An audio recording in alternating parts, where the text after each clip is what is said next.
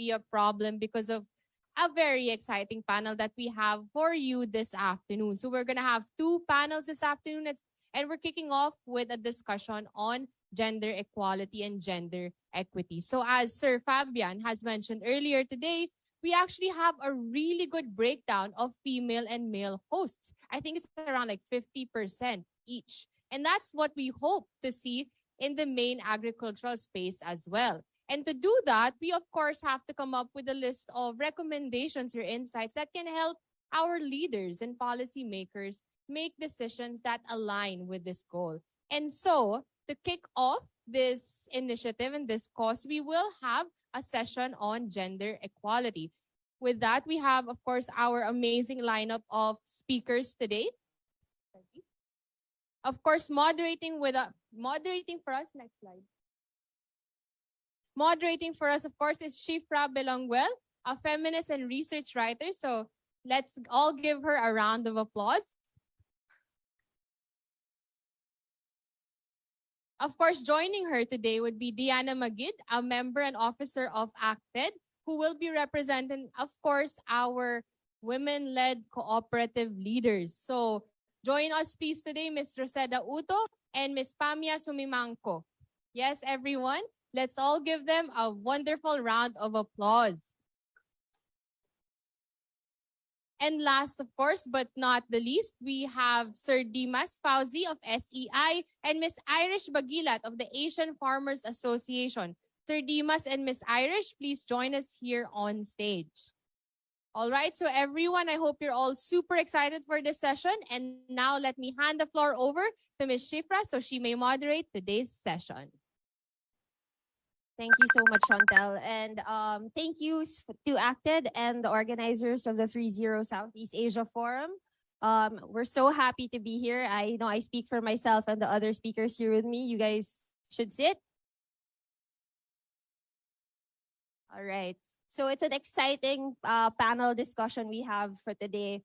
I don't know how many in this room are working in the intersections of gender and agriculture, but it's an interesting topic, and I'm sure we'll get a lot from our speakers today. So without delaying any further, I'm going to ask our speakers to give short interventions to tell us about their work, to introduce their organizations to all of us here. Could we start maybe with Dimas from SEI?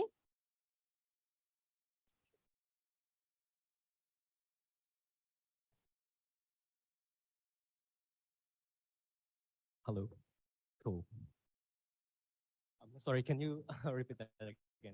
Sure. Dimas, could you share with us, you could introduce us to you, to your organization, and also the work you're doing. I believe you have some slides prepared for us. Yeah? Sure. Thanks so much. So yeah, my name is Dimas Fauzi. I'm research associate at the Stockholm Environment Institute Asia, based in Bangkok, Thailand. So basically, SEI is a science to policy organization. So we co-create research knowledge and then translate it to the policy actions. And we are working on various topics, including agriculture and gender as well. So I think in today's kind of like introductory presentation, I'd like to share a little bit about the state of the gender and agriculture in Southeast Asia to kind of like set the stage kind of. Okay, more probably next slide, please. All right, so basically agriculture in Southeast Asia is very important kind of sector. It contributed a lot to the economy through GDP, and it also absorbs more than like 100 million smallholder farmers are actually living in Southeast Asia. So it plays a huge role within this region. However, at the same time, agricultural sector is also very prone to climate change and very vulnerable to the adverse impacts of, for instance, weather variability, weather anomalies and everything, which then affects the yield. And then when yield is affected, then the wages or like the food security will also be affected because of that. Next slide, please. And SEI with other partners, including the UN Women and also Asean Secretariat, we just published this report, The State of Gender and Climate Change in Southeast Asia. in ASEAN.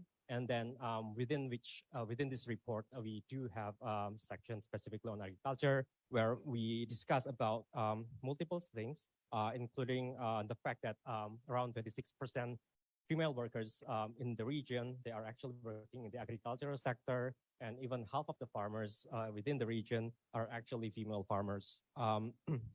And as I mentioned, that climate change affects the agricultural sector very hard. So the climate change itself affected women even harder, because women assume a lot of domestic roles, and then it's often undervalued as well. And for instance, women need to fetch water or like to prepare for food and everything when there is climatic changes in terms of climate disasters, for instance, flooding, drought. It's going to be harder for them to actually fulfill their domestic responsibilities that are expected from them.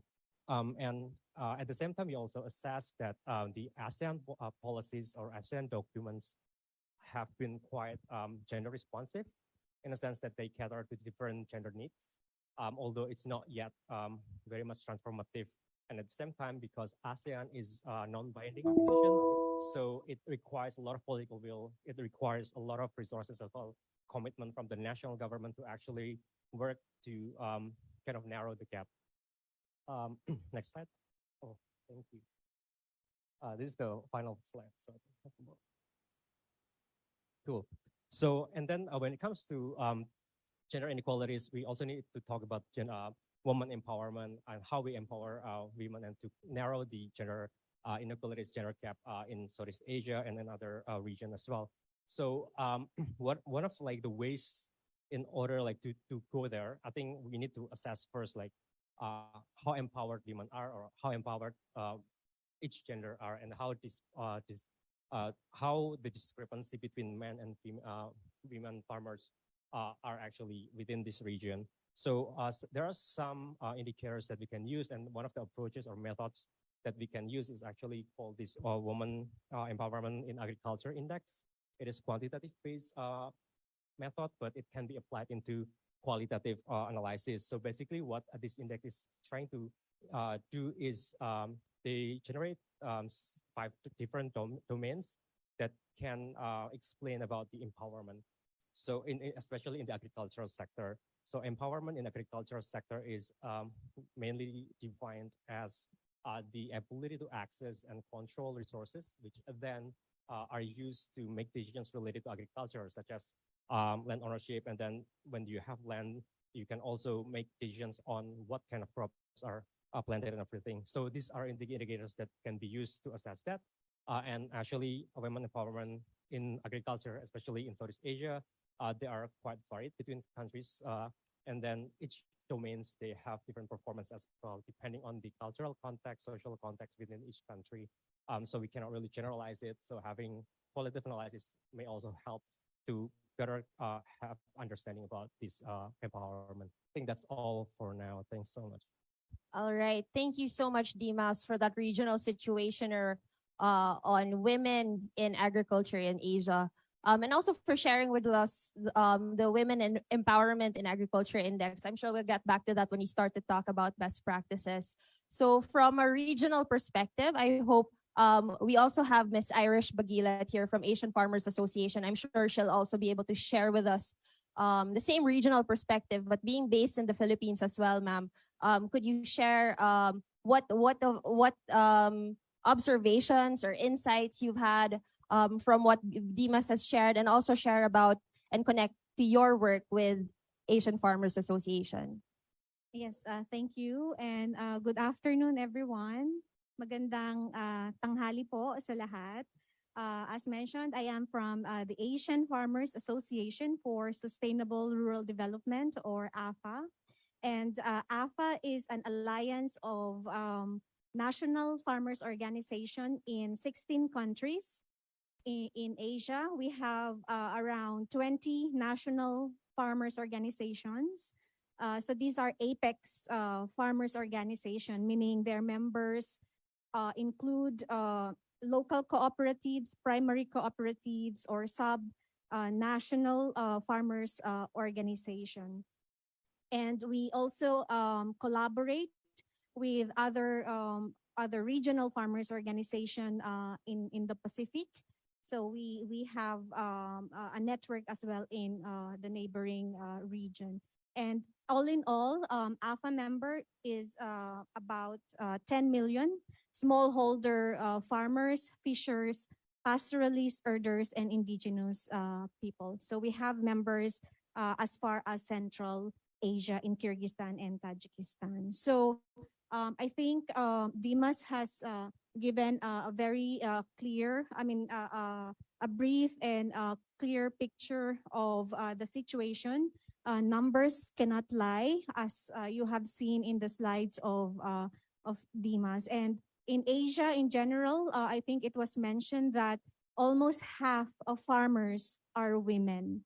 And I want to highlight what he also underscored, that the context is very much different in South Asia, where we also have members in India, Nepal, Bangladesh.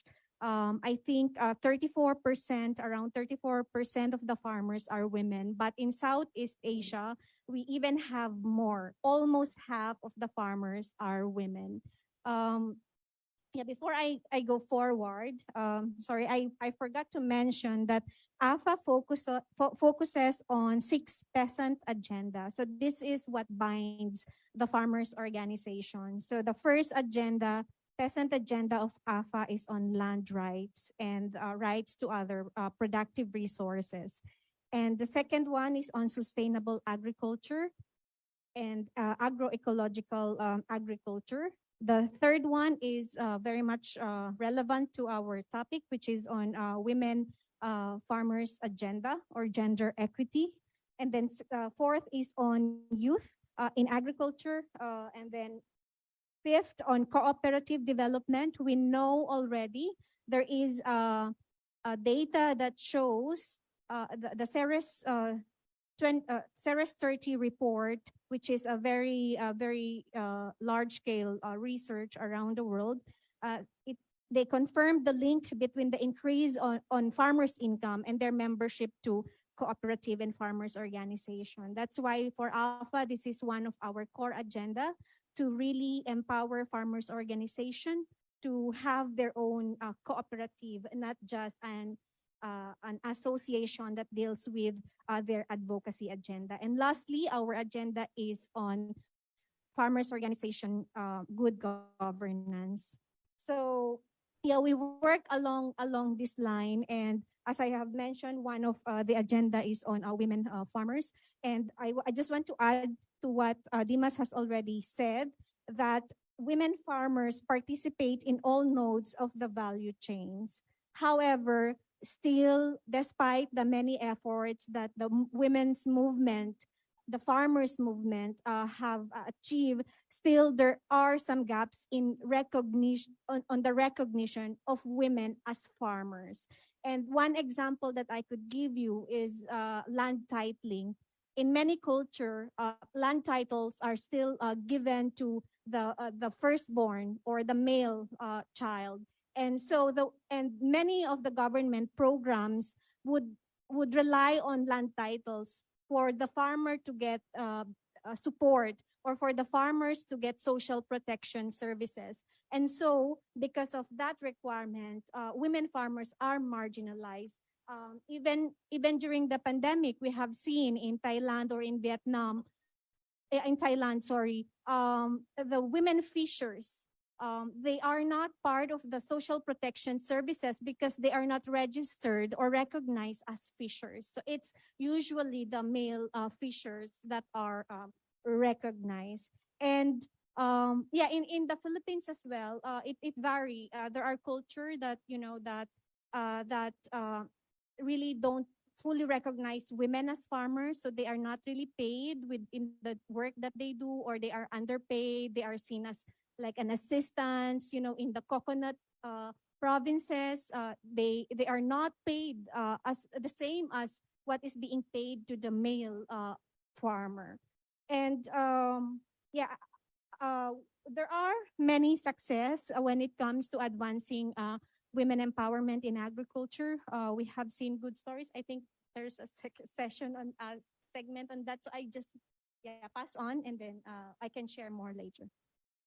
All right. Thank you, Miss Irish. And I think it's so great that you've also already given us kind of this discussion on challenges that women in agriculture face. And I'm sure we'll get to that more in a bit. The historical invisibility of women in agriculture owing to lack of access to land control and ownership, as well as, their work being seen as secondary or auxiliary in the context of agriculture. I think these are things we should definitely be looking into. From regional perspective, we also have a more local perspective here in our panel. And I think especially Ma'am Pamia and Ma'am Roseda will give us a really concrete view of how it is actually on the ground, especially as members of farmers cooperatives themselves. And with them is Ms. Diana Magid of ACTED. If you could share with us the work you're doing in ACTED along with these farmers cooperatives, Ma'am Diana. Thank you, Ma'am Shipro. Good afternoon, everyone. I am Diana from ACTED, Philippines, Cotabato City base. And with me here is the two chairman out of our 20 women agricultural cooperatives who are our partners in our project, Sustainable and Inclusive Agriculture, Ma'am Pamia and Ma'am Roseda. So they will share their stories later. So for now, I would like to share to you what ACTED is doing in BARM. If you have heard, Bangsamoro Autonomous Region in Muslim Mindanao. So here, next po. So our project is on sustainable and inclusive agriculture in Bangsamoro Autonomous Region in Muslim Mindanao. And this project, we have 20 women agricultural cooperatives who are our partners. Then next please.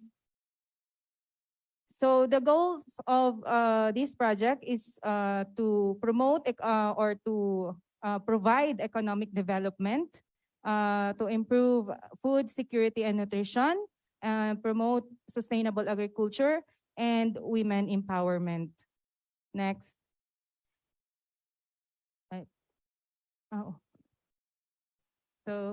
So the objectives is to strengthen the capacities of the agricultural cooperatives in Maguindanao and the 63 barangays of the specific special geographic area. Then number two, to financially support the development of the agricultural cooperatives.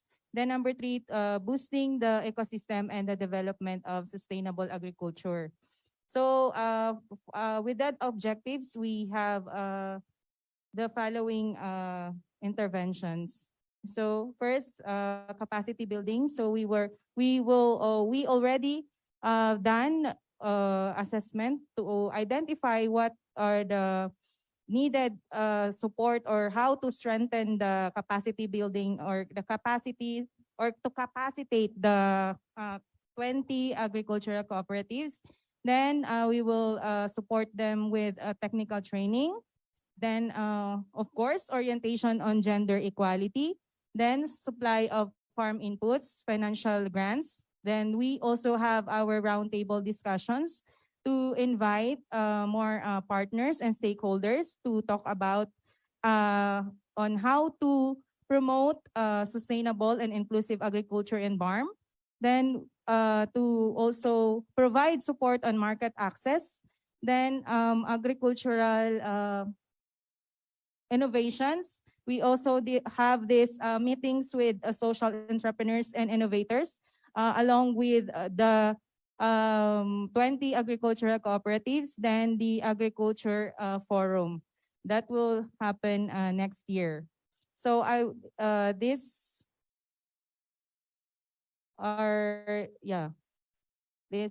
is our first activity with them.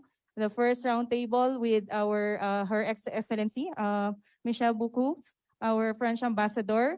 the first roundtable discussion where we presented the selected 20 agricultural cooperatives and talked about or discussed about the issues and concerns of our women in agriculture. Then this one, the cooperatives validation, because before we finalized the 20 cooperatives, we did a validation to make sure that the project will be implemented rightfully. Then the cooperative assessment, this is one of this I was talking about a while ago, the capacity building. We identified this during the assessment. We identified there what are the lack or what are lacking in their organization or in the cooperative. Then the second roundtable where we invited World Food Program and some other organizations who are working towards a sustainable and inclusive agriculture and farm. And this the topic in this roundtable is on food security and nutrition. Then we also have a community-based training on gender equality to orient them or to have an orientation on what is what are we talking or what is gender equality all about.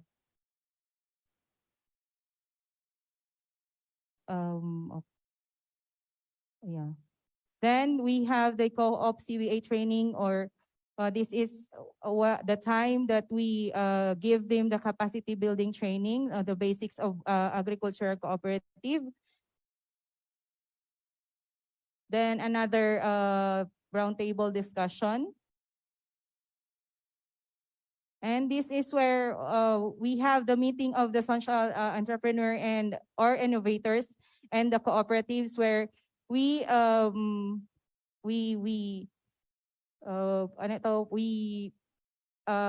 pinakilala namin sa kanila kung they showcase we showcase or the innovator showcases his innovation, the solar water pump. Then one of the technical training on agriculture, the training on organic agriculture production.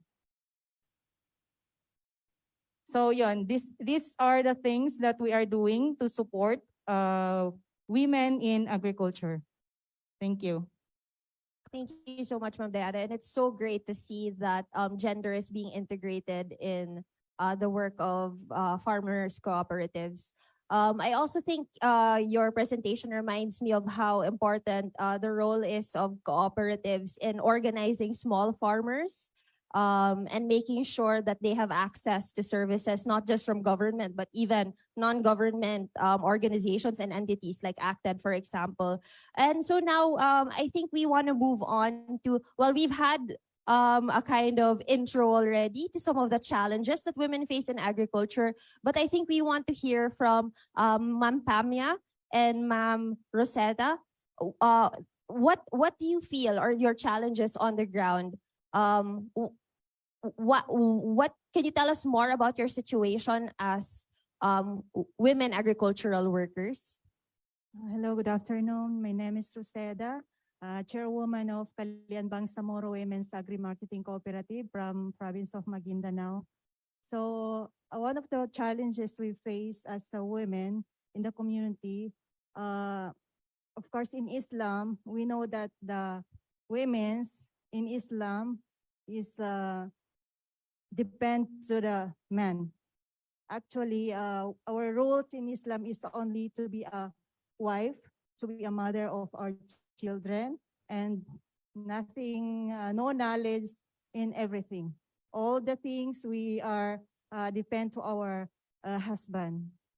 So that will be the one of the challenges as a leader. Pwedeng itagalog na lang. Sige po. Sa amin po mga babae, medyo hindi rin katanggap-tanggap. Hindi naman sa hindi katanggap-tanggap, pero mahina yung acceptance ng community na magkaroon kami ng isang cooperative na binubuo ng kababaihan lang. So sa kanila, So for women, for the people in the community, there's low acceptance for women being part of cooperatives. sa kanila kasi yung mga sa agriculture, dapat mga lalaki lang kasi sila yung malakas. So in agriculture, it should be men because they're the ones that are strong. Sa traditional yun kasi. So, naisip namin na since kaya naman namin, actually we are sa isip natin bilang babae, we are more powerful than men because aside from being a mother, being a wife, we can also be a farmer. We can from a simple gardening, we are a farmer. And actually, in our place, we are near from Lake Buluan. So most of our husbands are fishermen. So after they catch the fresh fish from the lake, we are the one who sell it to the market. And after selling the money, we are the one who budget it for our everyday needs. All right. So Ma'am Rosetta is speaking to the role women have multiple roles in the community, right? As mothers, household managers, but also farmers. And, yes, I think that's great that you said that, that's actually what makes us powerful, but we're not seen in our communities that way. Instead, because we perform these roles, as Ms. Irish had said earlier, it seems that our work in the farm is relegated or becomes an extension of the work in the household. Ma'am Pamia? Yes po. Hi. Have a nice day. Good afternoon. Magandang hapon po sa lahat. Nice to meet you po. It is a great privilege for me. This is our first time to attend this forum. It's a great privilege and opportunity. But then, I would like to share my story because our area in Barm, we are in remote area in Barm. So mostly Muslim area, only the man who work in the farm. So the wife or the mother just only preparing food and sending the food to her husband in the farm. And I'm welcome that women also try to make backyard gardening. So after that, times come up that we plan and encourage why cannot we work together as a group to become our agriculture or our vegetables or our crops become bigger and can sustain our needed in our daily life needs. So that's the time that we sharing with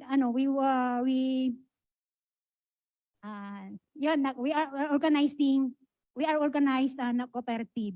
So we cannot say our cooperative is have a success stories because we are just only starting. So we are very thankful to the ACTID. For through ACTID, we have a hope to start and become our cooperative successful. Thank you, Ma'am Pamia. All right, so I think we've heard the challenges of women in agriculture, but now we also want to talk about, and I think this is what's special about the panel discussion today, is what we want out of this conversation is actually, policy recommendations, that we create a space for solutions. I know the people in ACTED here are taking notes and making sure that what we have from this conversation is actually actionable. And it's such a special group of people, and we want to really get into their heads about how we can actually address the problems of women in agriculture. So I'm going to go back to Dimas and Irish. In the areas that you work in, how do you address, whether through policy or research, some of the challenges that you've mentioned earlier? The historical invisibility of women in agriculture, also accounting for cultural factors like the ones mentioned by Ma'am Roseda, right? Yes, thank you. And thank you to my co-panelists for sharing your experiences, initiatives, and stories. So yeah, within the context, as you have said, and the reality that, we still face structural, cultural norms, belief system, as they have said, um, institutional policies that are not enabling women to take the leadership or to take part in the policy making. I mean, within all these contexts, which of course vary from country to country, but they are there. There are many like system we have to overcome. So when it comes to and also one of the challenge is perception, our individual perception, aside from the bigger system, how we perceive others, how we see women farmers. So yeah, those are the challenges that we are facing as an organization, and I will give you some very concrete and specific strategies that we have done, and then on the recommendation. So for AFA, at the regional level, we have the Women Farmers regional mechanism, which I am coordinating with the chairperson and the chairperson. So this regional committee of women farmers is composed of national women farmers committees. So meaning within farmers organization, they have mechanisms and spaces such as committees. So I think that's one. So it is important for any institution, organization to create that mechanism and that space where women actually consolidate their views, consolidate their recommendations. And then it's through that mechanism. So for AFA, these regional women farmers mechanism participate in the decision making of the executive committee. So that is at the regional level. And the same thing at the national level, our member Pakisama, which is the peasant farmers federation, one of the peasant farmers federation in the Philippines, they have established Lakambini, which is the women farmers organization within this national federation. So that's another example. It's important to create within a mix farmers organization or any organization. It's important you create this committee, this council or working group, whatever you call it. And then it's through these committees, it's through this mechanism that leadership, women's leadership capacity building takes place. It is within this mechanism that they realize the potential that they have, that they can actually participate in decision making, not just in their organization, but even in their communities. And yeah, we have seen in our membership, there are at least 11 national women farmers committee within mixed organizations. So that's one very concrete example that we have seen. So when it comes to, of course, the others, it was already mentioned, the creation of forums. So we are also initiating a forum of women farmers in Mindanao and a forum of young farmers in Mindanao. So those forums, they are spaces and they are platforms where women consolidate their views. And it's through their organization. I'm happy to know that their cooperative is women only, although they are experiencing some barriers. But when you form these women-led enterprises, women-led organization, they actually, it's very empowering to many women, because it's where it's a social infrastructure for them. So yeah, for policy recommendation, of course there's a lot, but when you are involved in in policy advocacy, you know that there are two pathways to go. So you can go through the law, or you can go through the program. So I don't know if what you're looking for is the recommendation at the law, if you want to push for laws. But I think in the Philippines we have the Magna Carta for women, or although we don't have a very specific law for women farmers, but for AFA and its member, we are pushing for Magna Carta for young farmers. But yeah, there are already mechanisms. There are enabling policies that actually support women. However, it's the implementation at the local level. So I think when it comes to policies, it would be helpful if we push for localization of these national law or national policies. And what is more important is really creating specific programs for allocating budgets or resources to implement those law. So yeah, in Southeast Asia, what we are pushing, one of the things that we are pushing for, and more importantly in other Asian countries, is on land, access to land and productive resources. So if if you can help us push for enabling programs or laws that will really fully recognize women as farmers, and that within programs that actually does not only consider like land title, as I have mentioned. Even in the Philippines we have this registry system of farmers, and most of them it's the men farmers, and they receive the support. So how can we how can we sensitize, how can we push for a full recognition of women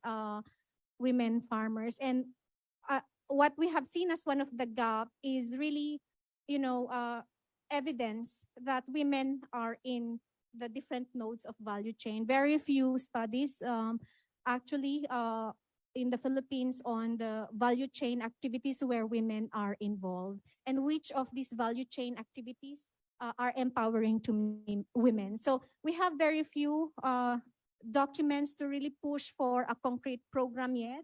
So I think though what I'm saying are some of the practical things that can be done. So if the existing laws can be localized, we have also local governments who makes executive orders, or the local so if that can be pushed, if the existing laws can be implemented, I think those are the things that can really help us advance gender equity for in agriculture. So yeah, I'll end there. Thanks, Irish. I think I would like to build on what Irish has mentioned earlier related to the evidence. So I'm going to start with that, because I do agree with her that the studies on gender in agriculture has been very limited.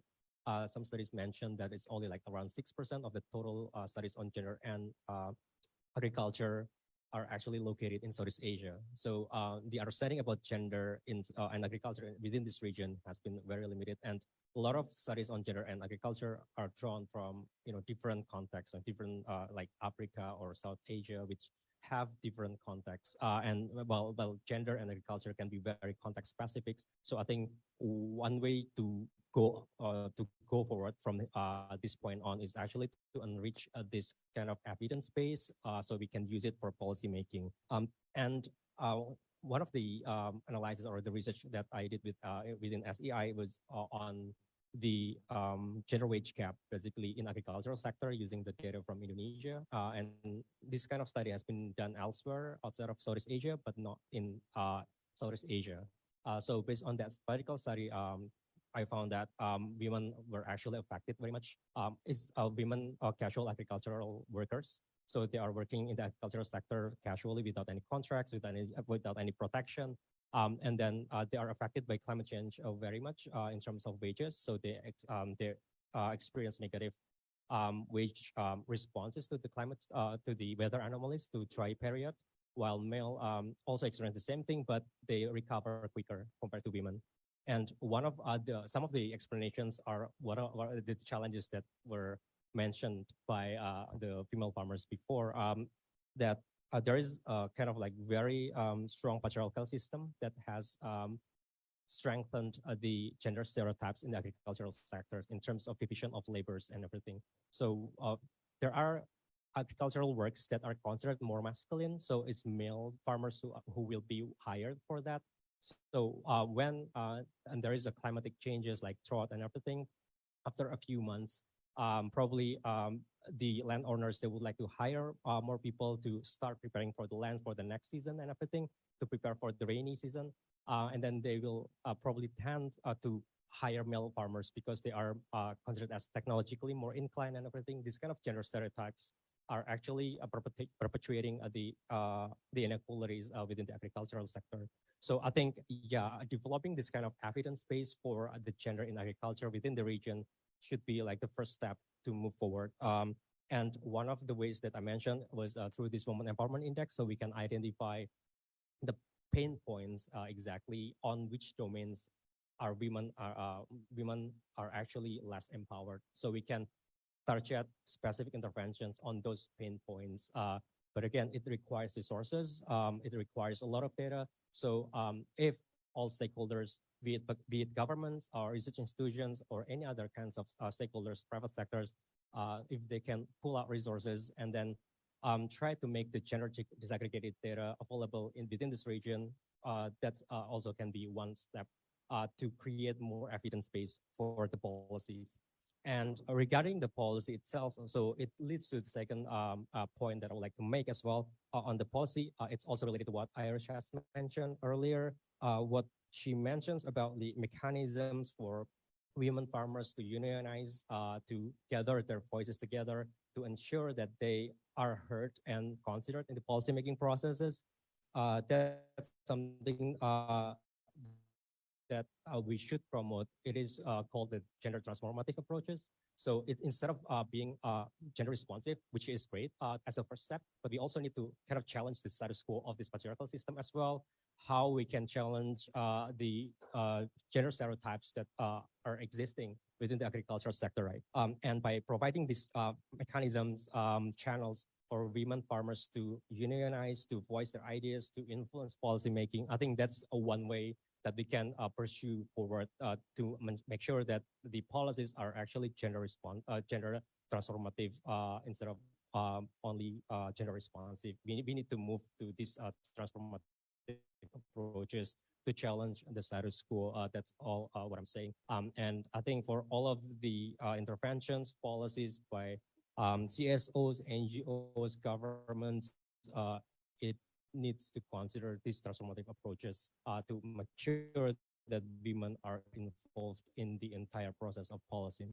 Thank you, Dimas and Irish. I think what I'm getting from both of you is how important evidence-based policymaking is. First, at least locally, you know, we already have existing laws, and we can maximize them as much as we can. But at the same time, we know our frameworks aren't that advanced yet. We're not gender transformative, and therefore we need evidence to be able to support, you know, more gender transformative approaches. So now I'm interested in hearing from you, and also from Ma'am Diana and Ma'am Rosetta and Ma'am Pamia, how you interact with policymakers, if you've ever encountered resistance, because we know that farming communities are marginalized communities in general.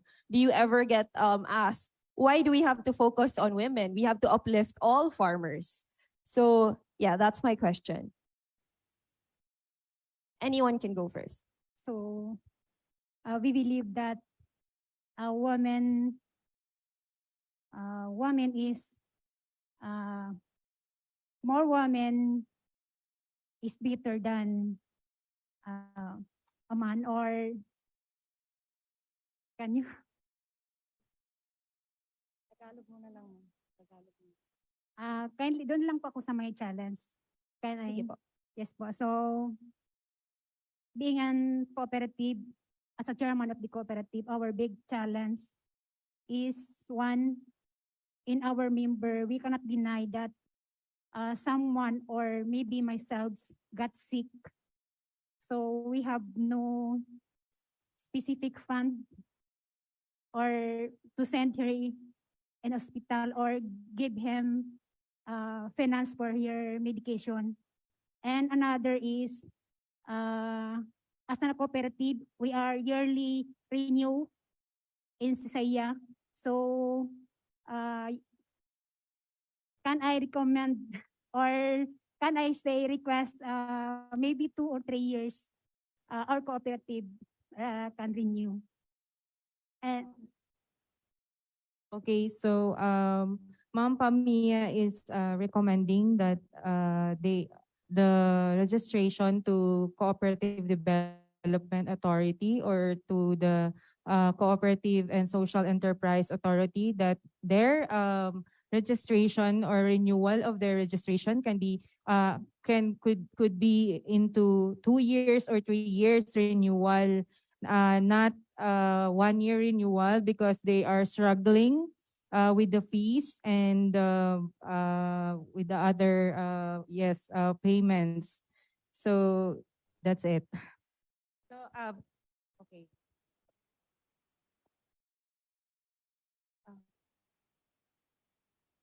Okay, so I also would like to highlight what Ms. Irish mentioned a while ago about the registration of farmers. It is a program of the Department of Agriculture, and I would like to recommend that maybe they could do, because the registration was focused on the household of the family, and most of the house of the family is man. So maybe we could do a policy that we should highlight, or we should do a separate registration for our women farmers or our women in agriculture.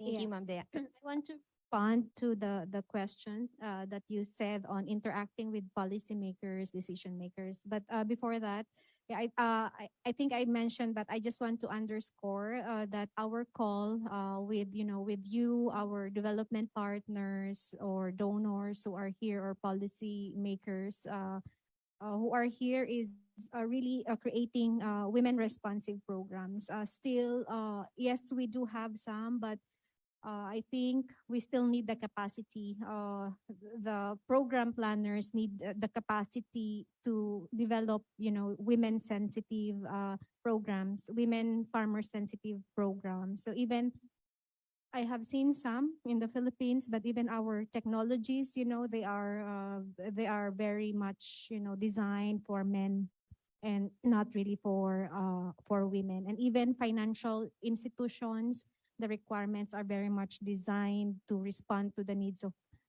male farmers or men farmers, than rather than women and young farmers. So yeah, that's our call. Help us support, help us push for women-friendly, women-sensitive programs for the women farmers. So when interacting with policymakers, so in the Philippines so far, with the Department of Agriculture, we have co-organized a platform called National Committee of Family Farmers. So this is a multi-stakeholder platform supported through the declaration of the UN Decade of Family Farming, 2019 to 2028. So this UN Decade of Family Farming is being hosted by FAO and IFAD.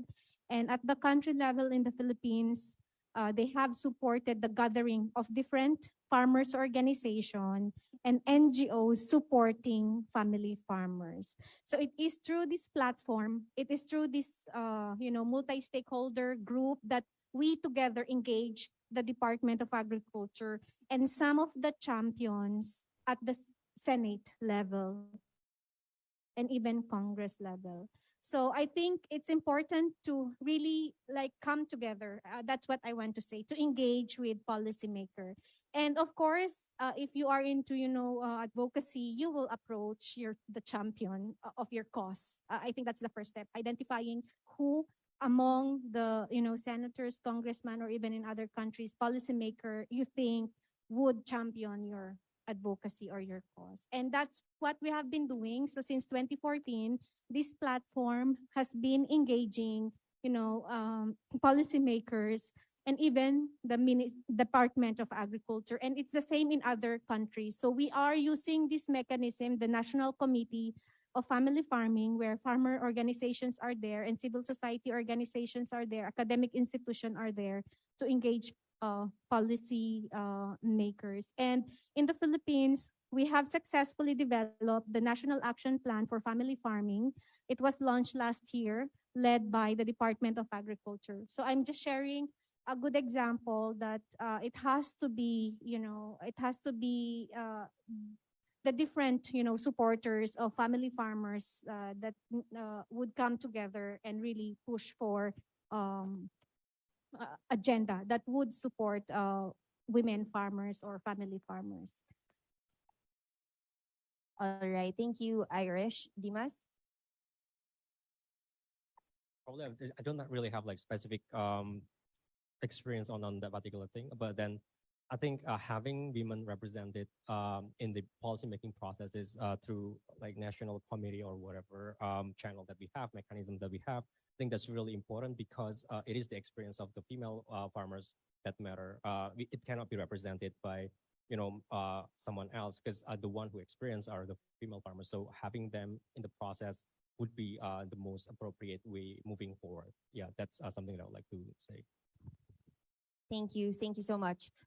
So Irish, you've already shared some of the best practices, I guess, and also a success story in relation to your work. I also want to get to know, even though I know we're at very early stages, what you consider have been good practices within the ACTED project and within your cooperatives.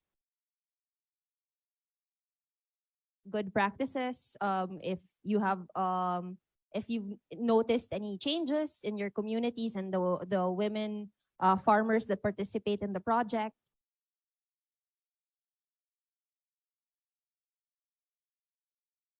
Okay, about the good practices. So since we began we are going to the community, so the women agricultural cooperatives they are starting to recognize the existence of women-led cooperatives, and that's I guess is one of the good example or practices that our community needs to see.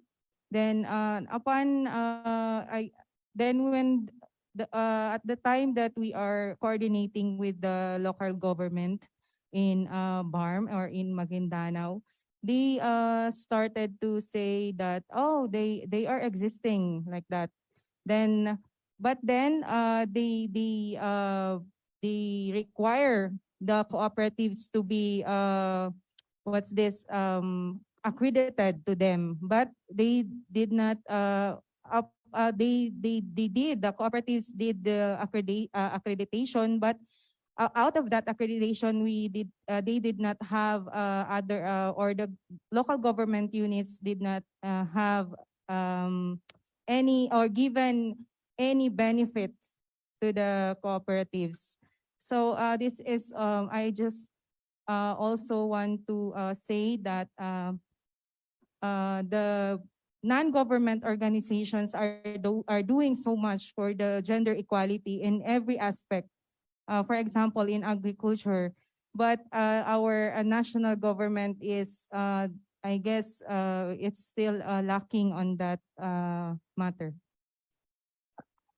All right. Thank you, Ma'am Diana. Ma'am Roseda, Ma'am Pamia. In additional lang po, itagalog ko na lang po. Go lang. Opo. Kasi sa munisipyo namin, syempre gusto rin po namin ma-recognize as women's cooperative in every activities, in every anniversary of our municipality. Gustong-gusto namin po na ma-invite kami, ma-share namin or ma-present namin na nandito lang kami as cooperative.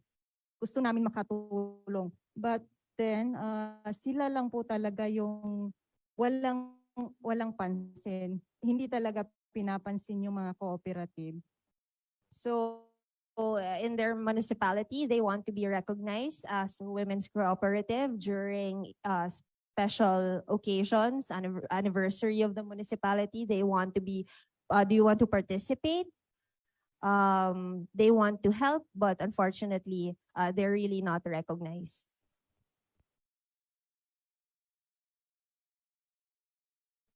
So, as the chairman of the cooperative,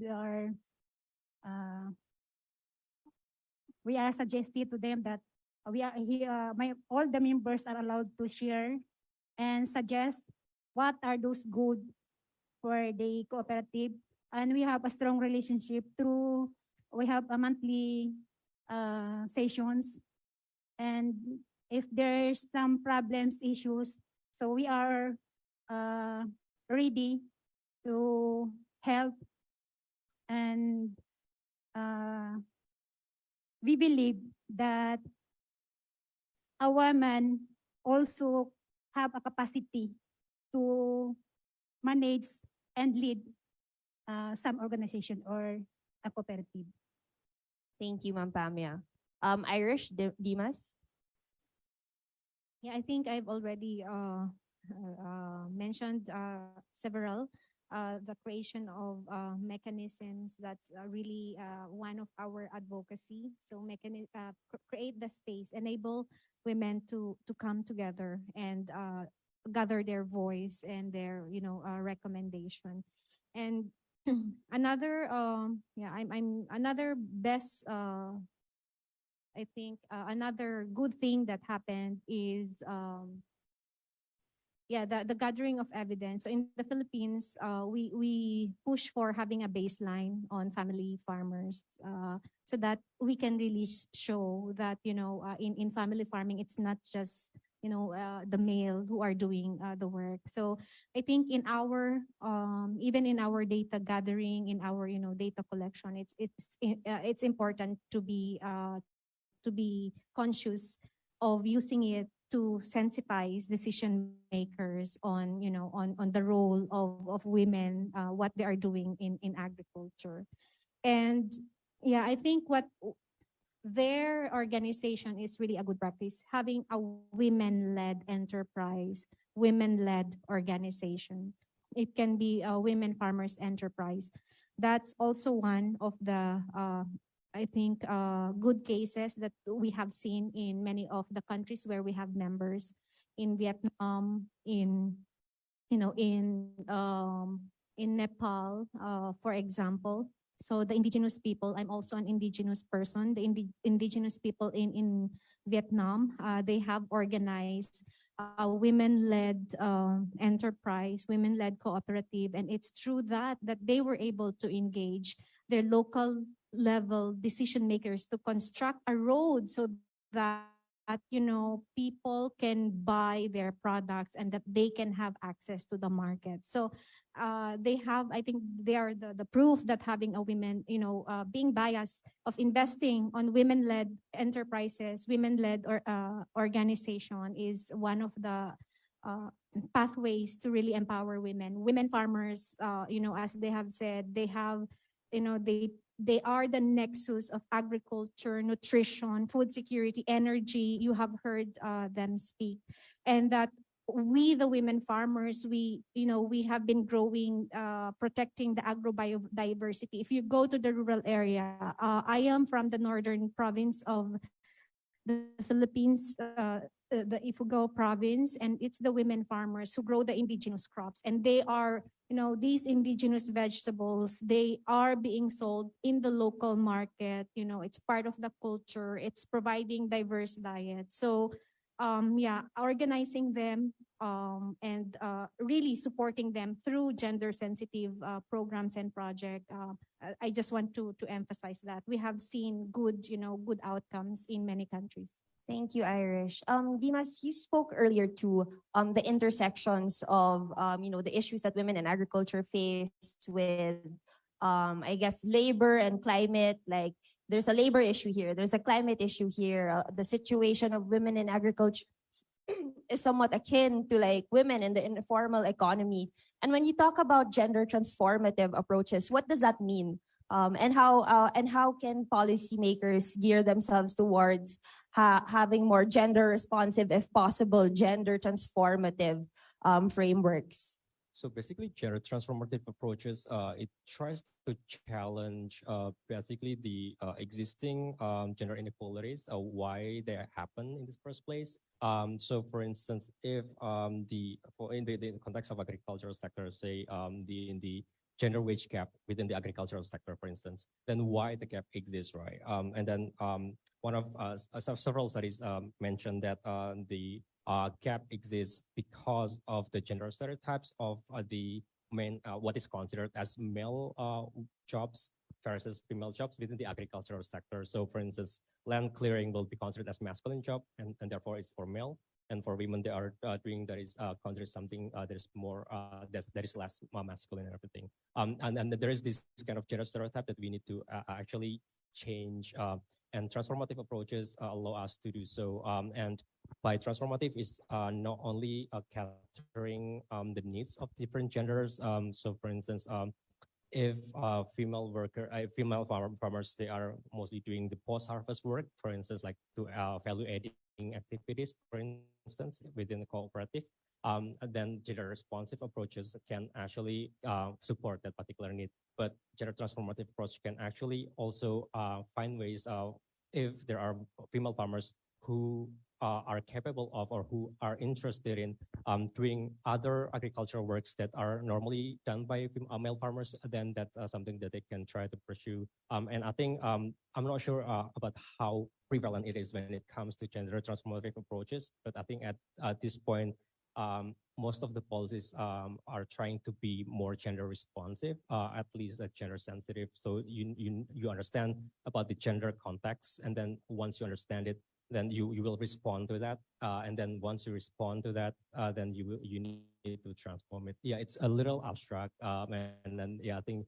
there should be more examples out there, which I cannot really mention at this point, like the specific examples. But yeah, I think the idea is like to challenge the status quo. I'm not sure if this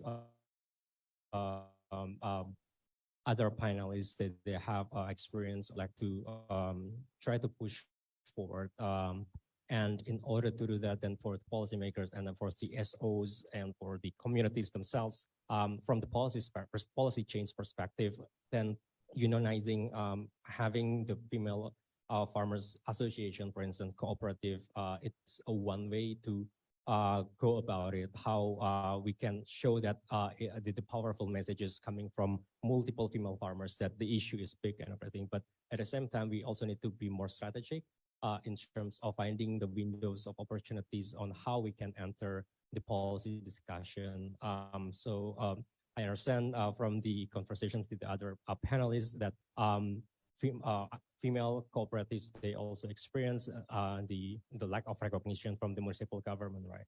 And when we try to change the policy, probably some of us may think about like the big agriculture kind of policy window, like International Day of Farmers or International Day of something, and then that may not be something that's becoming the focus of the local governments. So we can try to find like what is actually the interesting events or interesting window that the local governments are actually looking into, and then how we can strategize ourselves to actually involve in that process to using this unionizing women unions and female farmers associations, cooperatives, all the mechanisms that we have to focus our attention to that particular policy window so that we can make more meaningful change. So at least that's from the policy point of view. Thank you, Dimas. And I asked the question because I think we're almost done with our discussion. We'll go into Q&A in a bit. But it's so important that we understand what kinds of policies we actually want to see out there. And, there are challenges like what you said earlier, that there's lack of evidence. So, and maybe few examples when we start to think about gender transformative policies, and those two are probably connected. There's also lack of capacity, which Irish had spoken to earlier. And so there's a lot of work that needs to be done to be able to really not go from not just gender sensitive, but gender responsive and gender transformative. I remember, as Diana, you spoke earlier about having possibly like a women's only registry just because the current registries of DA are mostly male represented. So I also wonder if there are any more policy recommendations that you would like to share with us and ACTED, of course. If not, any last thoughts that you would like to leave with our audience?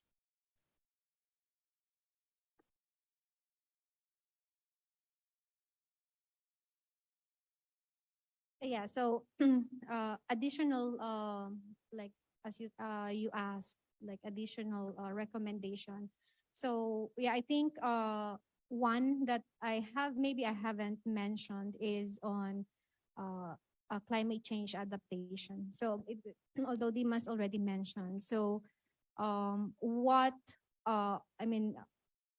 we are saying in AFA is that there should be direct support to farmers organizations or agricultural cooperatives so they can support their members cope with climate change. And you have seen how our farmers in the Philippines and in Asia are in this cycle of poverty because of the rising prices of inputs and then the fluctuating prices of their produce. So they are in this cycle. So our call is to allocate like specific support, direct support to agricultural cooperatives, women cooperatives, farmers organization, so that they can support their members adapt to climate change. And the second that I wanted to, I have already mentioned, but I think I haven't emphasized. Sorry, I am thinking of so many things in our in the national action plan that we have actually developed. But yeah, another thing that we would like to have for women farmers is social protection. And as I have already mentioned, they are missed when social protection services or programs are delivered at the community level. So can we possibly push for women specific social protection programs? We cannot, I think, emphasize or overemphasize the difficulties that women farmers are experiencing. And then I don't want to go into the discussion of like payment for the services. I think that's another topic. But it's important to recognize that women farmers and women, it's specifically women farmers, have played a multidimensional role. They have been protecting our agrobiodiversity. They have been, protecting our lands, our soil, natural resources. So to be more practical, like what social protection can we push for women farmers so they can cope with the changing climate, so they can lift themselves out of poverty. So that would be my closing remarks. Thank you, Irish. Diana? So again, in relation to what Miss Irish was talking about, the policies or uh, uh, government programs and programs that is gender sensitive, like maybe they could go for a policy for giving women farmers like a maternity pension, like that, because if they got pregnant, they don't have they could no longer work in the farm, so they will hardly sell their produce. So I would like to also push that policy for them. Then give more opportunities for our women farmers, and equal in terms of wages. Yes, if our women are in agricultural field or sector, then um, uh, maybe the government also could make a policy of, yeah, Miss Irish talk about giving what's this programs for them that that could, and Sir Dimas mentioned that though maybe we could they could make the local government somewhat like trade fairs that only for women, women farmers, that they could showcase their processes or their produce. That's all.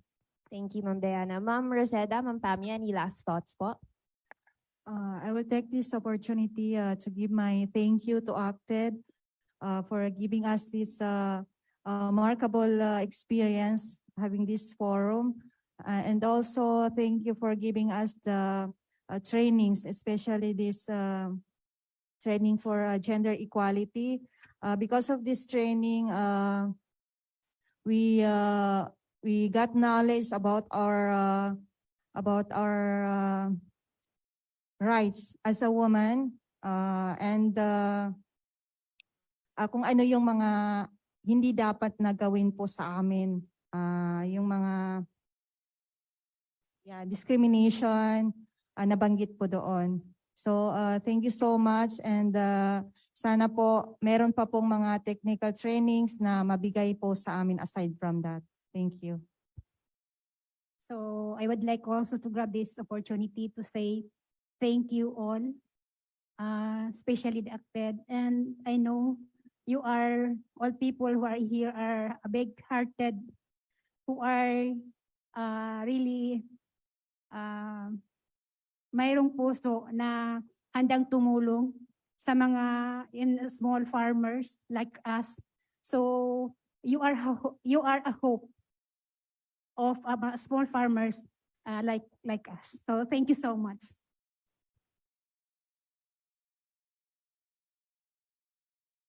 Yes, all right. Thank you so much, everyone. Thank you, Ma'am Pamia, Ma'am Roseda, Miss Diana, Miss Irish, and Dimas for joining our panel discussion today. I think we have some time, maybe around 10 minutes for questions from the audience, if there are any. All right, okay. We do have an audience question from Visitacion Apostol. The question is for Irish. Any recommendations on how to institutionalize the gender policies and empowerment in agriculture at the local government unit level? Yeah, I mentioned earlier that at the local level there are the policies that we call ordinances, local ordinances, or executive orders. So even at the barangay level, these ordinances are actually issued. So if you're saying how to institutionalize, then go through these, through the municipal agriculture office. I'm talking in the context of the Philippines. And then they are, they are the right section within the local government unit to support if you want to push for ordinances, or if you can get to the mayor, that's that's the practical. If you are, if you get the mayor to believe in your cause, then it's through the local ordinances that policies, gender policies can be enacted. However, we already know in the Philippines and maybe in other contexts that there is already some good policies to start with, but the problem is the implementation. So, for example, there is a policy to allocate resources for gender programs, gender activities, 5% of the total budget. But if you look at how they are being used, they are not being used to empower women or to create gender sensitive or transformative programs. So that's another way, is to capacitate the local government units on creating gender transformative, gender responsive, gender sensitive program. And in the Philippines, we also know that the local government budget will increase. So it would really be good to, to empower them to really make use of that resources to support the women farmers or women workers even. I think we've missed to emphasize the support needed by women workers, which are the social services that was already mentioned. So, Thank you, Irish. Are there any more? Oh, all right. From our audience here. Thank you very much. I would like to really, I'm honored to be to be in this session, because I salute the big courage and work of those women. I'm not sure that Islam is encourage women to be in the second level, but I recognize this cultural and sometimes social problem or social barrage to those women to go and to be more active in the society. I recognize also the fight of some women in my country, Tunisia, also. How my question that how can you through those cultural problems to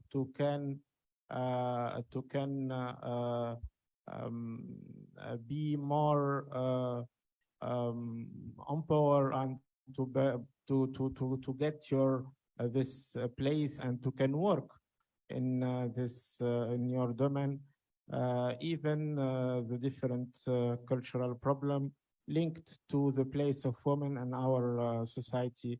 Unfortunately, sometimes it's not so easy.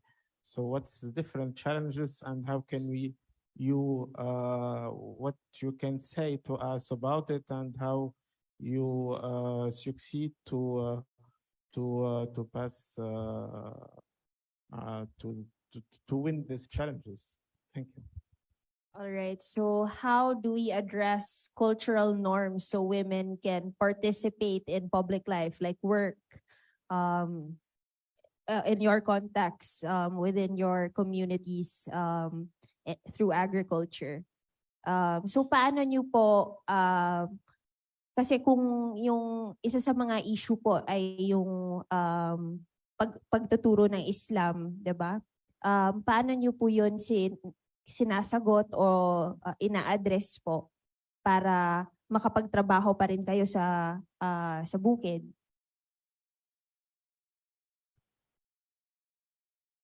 Sa experience na lang po siguro. Kasi yung sitwasyon na lang po yung sumasagot doon sa mga tanong. Like for example, in situations, sir, that we as a women, supposed to be, I will give you one example in our culture. In a family, the boy is more ang tawag doon? Sa paghahati ng ari-arian doon sa sa isang pamilya, yung mga kapatid na babae at saka lalaki, mas malaki yung ibibigay sa lalaki. Yun yung sa tradisyon namin. So, by this time, kasi syempre yung parents, nakikita man din na yung mga anak na babae is mas maalaga, mas nakikita yung pagmamahal doon sa mga kababaihan. So, na-open mind na sila. Sila na mismo yung nakaka-discover na itong tradisyon na pala ito na kailangan na ring palitan. Kumbaga kailangan na ring kalimutan. Kasi pare-parehas lang naman yung babae at saka lalaki. So in situation na lang siguro yung nakakasagot doon sa mga tanong na yon. So within the context of the family, boys, sons are usually more privileged. They get more property, more resources. But usually, parents see how daughters are responsible. And therefore, there are also changes in dynamic where they see, okay, you can give more responsibilities to our daughters and girls. Is that right? Okay, can I additional? Sure. Okay, so siguro will explaining and well communicating to our husband that woman or the other man that woman also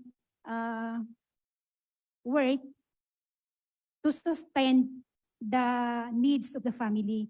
Kasi kung bibase lang kami sa hanap buhay ng aming mga asawa, so mas lalo doon sa mga maraming anak, so possibly the income of the father cannot sustain the needs of the family. So the woman now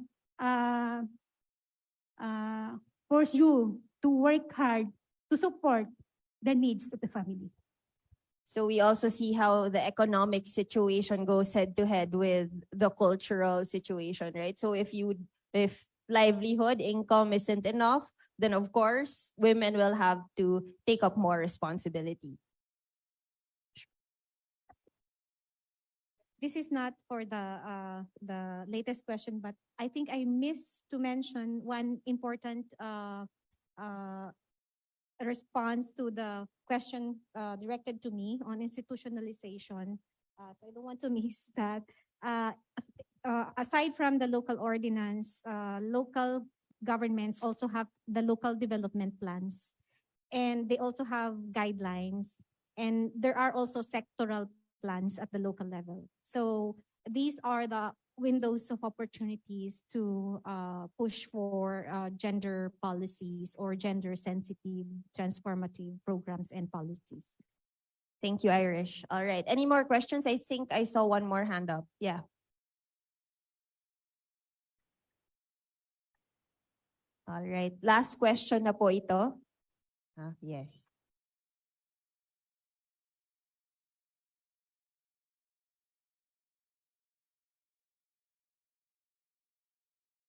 Okay, talking about gender and development in the aspect of community development, how can we engage men, or what is the role of men in empowering women and young females to be meaningfully engaged and achieve gender equity in our food system, especially in areas where men are very dominant? All right.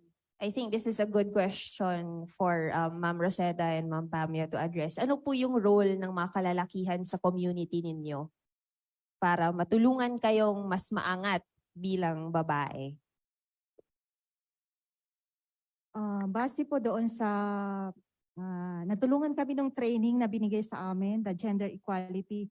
Nabanggit din po doon nung trainee na kami, mga babae, karapatan din namin na bigyan kami ng suporta ng aming mga asawa in like emotional support or psychological support.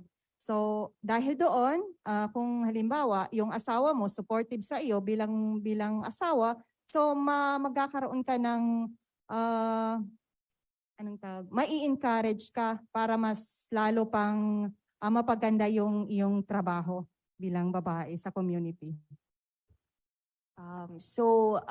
For them, the gender equality training was very helpful because they learned that it is their right to be supported by their husbands emotionally and psychologically, and so they can continue to fulfill their responsibilities in the community. Okay, so in addition, in our culture, in our religion, in the Quran and Hadith says that a woman is supposedly respected, gives love and care. So that's why men in our community loves women. So if the man love the woman, no reasons why they give their 100 support for her wife. So, an additional lang to the question of Ms. Nor, upon our assessment to their cooperatives, they mentioned that they are adding men members to their cooperative, that though it is a women-led cooperative, because there really are hard labors in agriculture that our women farmers cannot sustain, like the hard labor. So to the question of Ms. Nor, the role of men in the food system, or how they are helping our women agriculture, is that they contribute on helping them or helping their wives in the production, in cultivating the land, or during the planting and harvesting. That's all. Thank you so much, Ma'am Diana.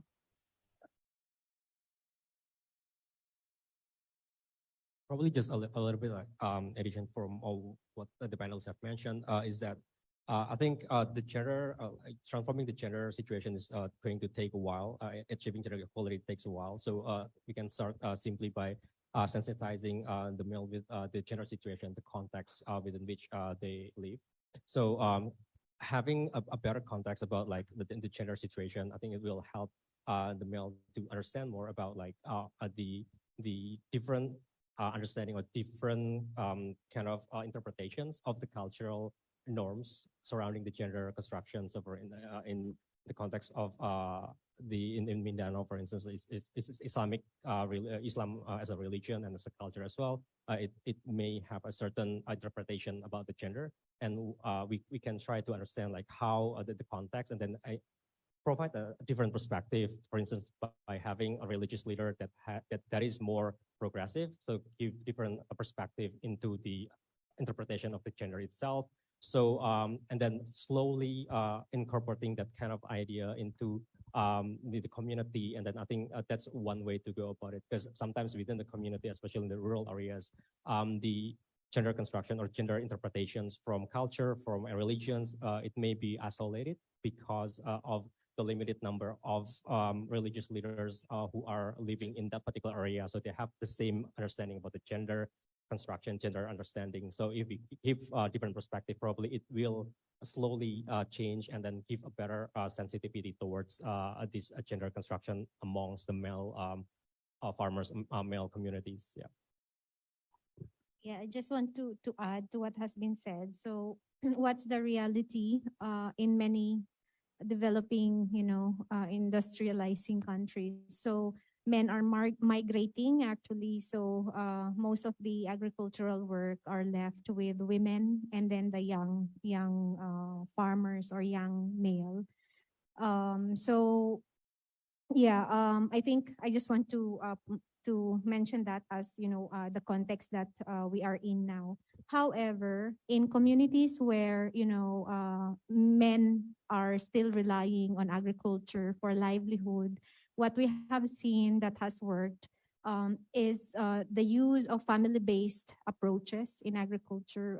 This is very also relevant in the Pacific Island, where many of the communities are indigenous communities. So, but even here in the Philippines, we have realized that using a family-based approach in what we do, in extension, in training, in our intervention, is really, can provide multiple outcomes. So there are times that, training are given to men, and then you realize that the job is actually being done by women who did not attend the training. So using a family-based approach where you bring in, the family, even the young farmers in the family, and really train them together, I think that can give a good outcome. And it starts from there, providing equal opportunities to men and women farmers. And to respond to the specific question on the role of men, we want to say that they can be enablers for women to be recognized, and for women to participate in decision making, and for women to receive the needed support in their farms. So men can be enablers, but of course, it takes time. All right, thank you, Irish. And of course, yes, we have a lot of work cut out for us. And I'd like to thank our speakers, our panel discussants, for sharing so much of their work and their thoughts with us this afternoon. We went over time, and so I won't keep you any longer. Here's to achieving gender equity in agriculture. Thank you again, ACTED, for hosting this discussion.